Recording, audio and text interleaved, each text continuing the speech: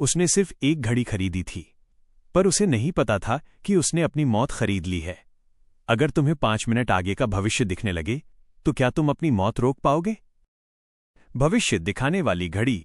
आर्यन को कबाड़ की दुकान में एक पुरानी धूल भरी सुनहरी घड़ी मिलती है जो बाकी घड़ियों से बिल्कुल अलग दिखती है। दुकानदार उसे चेतावनी देता है कि यह समय नहीं, नियति दिखाती है, लेकिन आर्यन उसे मामूली समझकर खरीद लेता है। घर पहुंचकर आर्यन देखता है कि घड़ी हमेशा वर्तमान समय से ठीक 5 मिनट आगे चलती है। वो घड़ी मिलाने की कोशिश करता है, पर सुइयां अपने आप वापस 5 मिनट आगे पहुंच जाती हैं। चाय पीते समय वो घड़ी देखता है। उसमें दिखता है कि उसके हाथ से कप गिरकर टूट गया है। ठीक 5 मिनट बाद आर्यन का हाथ कांपता है और चाय का कप फर्श पर चकनाचूर हो जाता है। आर्यन दंग रह जाता है। उसे लगता है कि यह महज एक इत्तेफाक है या कोई दिमागी वहम। अगले दिन वो सड़क पर खड़ा होता है और घड़ी में देखता है कि एक तेज रफ्तार कार का एक्सीडेंट होने वाला है। 5 मिनट बाद वही कार ठीक उसी खंभे से टकराती है जैसा घड़ी में दिखा था। आर्यन को अब यकीन हो जाता है कि ये घड़ी भविष्य की हकीकत को 5 मिनट पहले ही दिखा देती है। वो इस शक्ति का इस्तेमाल छोटे कामों में करने लगता है, जैसे बस का समय या लिफ्ट का आना। उसे महसूस होता है कि वो अब दुनिया का सबसे ताकतवर इंसान बन सकता है, क्योंकि वो कल को पहले ही देख रहा है। वो शेयर मार्केट के उतार चढ़ाव को 5 मिनट पहले देखकर पैसे कमाने की योजना बनाता है। आर्यन ट्रेडिंग स्क्रीन के सामने बैठता है और घड़ी की मदद से चंद मिनटों में लाखों रुपए कमा लेता है। उसकी किस्मत चमकने लगती है और वो एक आलीशान जिंदगी के सपने देखने लगता है। लेकिन उसे ये नहीं पता था कि समय के साथ छेड़छाड़ की एक बहुत बड़ी कीमत चुकानी पड़ती है। आर्यन को रात में घड़ी से अजीब सी टिक टिक की आवाजें सुनाई देने लगती हैं, जो उसके दिल की धड़कन से मेल खाती हैं। वो घड़ी उतारने की कोशिश करता है, पर उसे महसूस होता है कि घड़ी उसके हाथ की खाल से चिपकती जा रही है। आर्यन का एक दोस्त समीर उससे मिलने आता है और उसकी महंगी घड़ी देखकर प्रभावित हो जाता है। समीर मजाक में घड़ी पहनने की कोशिश करता है, पर आर्यन उसे झटक देता है क्योंकि उसे डर लगने लगा है। घड़ी में अचानक एक दृश्य दिखता है। समीर सीढ़ियों से गिरकर तड़प रहा है। आर्यन समीर को रोकने की कोशिश करता है, पर समीर हंसते हुए पीछे मुड़ता है और उसका पैर फिसल जाता है। समीर के सिर पर गहरी चोट आती है और आर्यन सन्न खड़ा रह जाता है। भविष्य फिर सच हो गया। अस्पताल में समीर को भर्ती कराते वक्त आर्यन को एहसास होता है कि वो दर्शक है, रक्षक नहीं। वो घड़ी को फेंकने का फैसला करता है, लेकिन घड़ी उसके हाथ से अलग होने का नाम ही नहीं लेती। आर्यन अब घड़ी से डरने लगा है। वो उसे काले कपड़े से ढक देता है ताकि भविष्य न दिखे, मगर घड़ी की टिक टिक की आवाज उसके कानों में शोर मचाने लगती है, जैसे कोई उसे पुकार रहा हो। वो एक तांत्रिक के पास जाता है, जो घड़ी देखकर खौफ से कांपने लगता है और उसे वहां से जाने को कहता है। तांत्रिक कहता है, तुमने समय नहीं खरीदा, समय ने तुम्हें अपना गुलाम बना लिया है। आर्यन घर लौटता है और देखता है कि घड़ी का कपड़ा खुद ब खुद हट गया है और सुइयां तेजी से घूम रही हैं।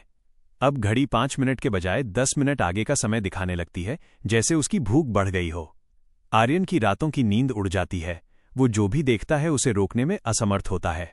वो देखता है कि उसके घर में आग लगी है। वो पागलों की तरह गैस और स्विच बंद करता है, लेकिन आग बगल के घर के शॉर्ट सर्किट से लगती है और उसके घर को भी अपनी चपेट में ले लेती है। आर्यन को समझ आता है कि भविष्य देखने से वो उसे बदल नहीं पा रहा, बल्कि बस उसे दोहरा रहा है।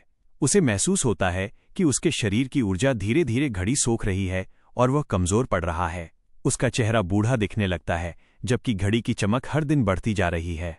शहर में एक बड़ी चोरी होने वाली होती है। आर्यन उसे रोकने की कोशिश करता है, पर पुलिस उसे ही चोर समझ लेती है।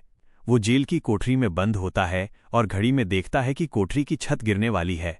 वो चिल्लाता है, संतरी को बुलाता है, पर कोई उसकी बात नहीं सुनता और 5 मिनट बाद छत गिर जाती है। आर्यन मलबे के नीचे दब जाता है, लेकिन घड़ी उसे मरने नहीं देती। वो उसे जिंदा रखकर तड़पाती है। मलबे से बाहर निकलने के बाद आर्यन शहर छोड़कर एकांत में जाने का फैसला करता है।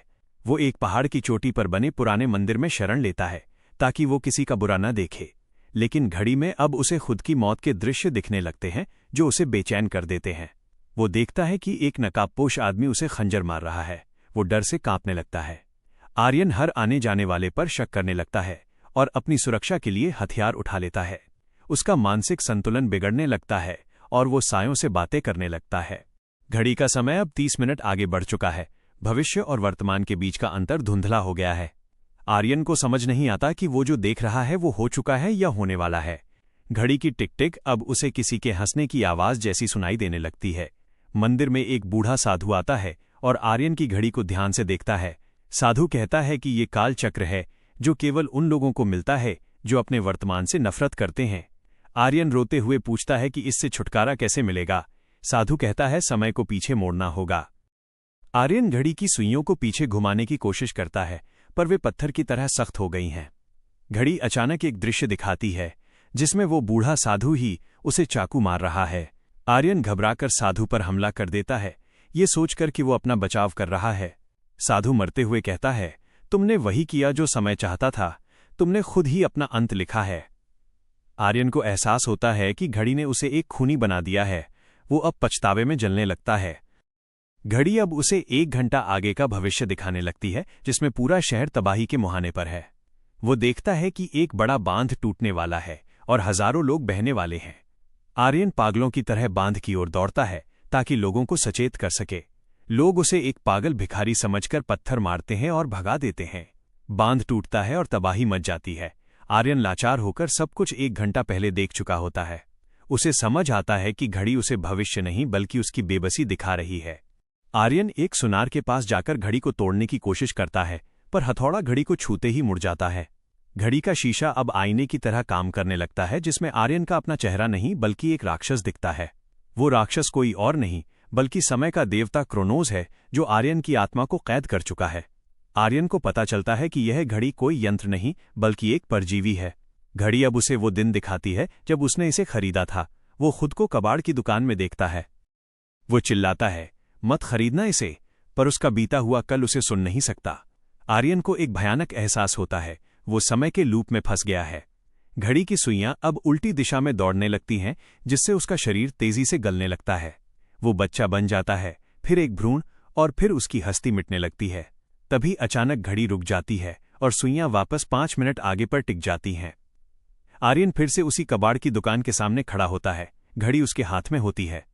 आर्यन को लगता है कि ये सब एक बुरा सपना था। वो राहत की सांस लेता है। वह घड़ी को दुकान में वापस रखने जाता है पर दुकान गायब हो चुकी होती है। उसके हाथ में घड़ी अभी भी बंधी हुई है और उसका समय अभी भी 5 मिनट आगे है। उसे एहसास होता है कि वो वर्तमान में नहीं बल्कि घड़ी के बनाए एक मायाजाल में है। वो सड़कों पर दौड़ता है पर लोग उसे देख नहीं पा रहे। वो एक साया बन चुका है। वो अपने घर जाता है और देखता है कि वहां एक दूसरा आर्यन रह रहा है। वो दूसरा आर्यन खुश है, उसके पास घड़ी नहीं है और वो अपनी साधारण जिंदगी जी रहा है। असली आर्यन खिड़की से खुद को देखते हुए रोता है। वो समय से बाहर फेंक दिया गया है। घड़ी अब उसे 5 मिनट आगे का दृश्य दिखाती है। दूसरा आर्यन सड़क पार कर रहा है और एक ट्रक उसे कुचलने वाला है। आर्यन समझ जाता है कि अगर उसने अपने दूसरे रूप को नहीं बचाया तो उसका अस्तित्व हमेशा के लिए मिट जाएगा। वो अपनी पूरी ताकत लगाकर उस ट्रक के सामने कूदने की कोशिश करता है पर वो हवा की तरह आर पार हो जाता है। घड़ी की टिक टिक अब उसके कान के पर्दों को फाड़ रही है। वो चिल्लाकर घड़ी को अपने मांस से खींचने लगता है। वो अपने हाथ को पत्थर से कुचल देता है ताकि घड़ी अलग हो जाए पर घड़ी उसकी हड्डियों में समा गई है। तभी उसे साधु की बात याद आती है, समय को पीछे मोड़ना होगा पर दिल की कीमत पर।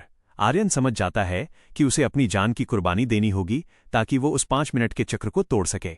वो घड़ी की सुइयों को अपने खून से रंग देता है और उन्हें जबरदस्ती पीछे की ओर खींचता है। घड़ी से चीखने जैसी आवाज आती है और आर्यन का शरीर कांच की तरह टूटने लगता है। वो आखिरी बार घड़ी में देखता है। अब वो भविष्य नहीं बल्कि शून्य दिखा रही है। आर्यन खुद को उस ट्रक के सामने धक्का देता है पर इस बार वो साया नहीं बल्कि हाड़ मांस का इंसान बनकर गिरता है। ट्रक उसे कुचलने के बजाय जोर से ब्रेक मारता है। एक्सीडेंट टल जाता है। आर्यन बेहोश हो जाता है और जब उसकी आंख खुलती है तो वो अस्पताल के बिस्तर पर होता है। उसके हाथ की कलाई खाली है। सुनहरी घड़ी गायब हो चुकी है, बस वहां एक गहरा निशान है। समीर उसके बगल में बैठा है और मुस्कुरा रहा है। सब कुछ वैसा ही है जैसे वो घड़ी मिलने से पहले था। आर्यन राहत की सांस लेता है और खिड़की के बाहर ढलते सूरज को देखता है। अब उसे भविष्य का डर नहीं है।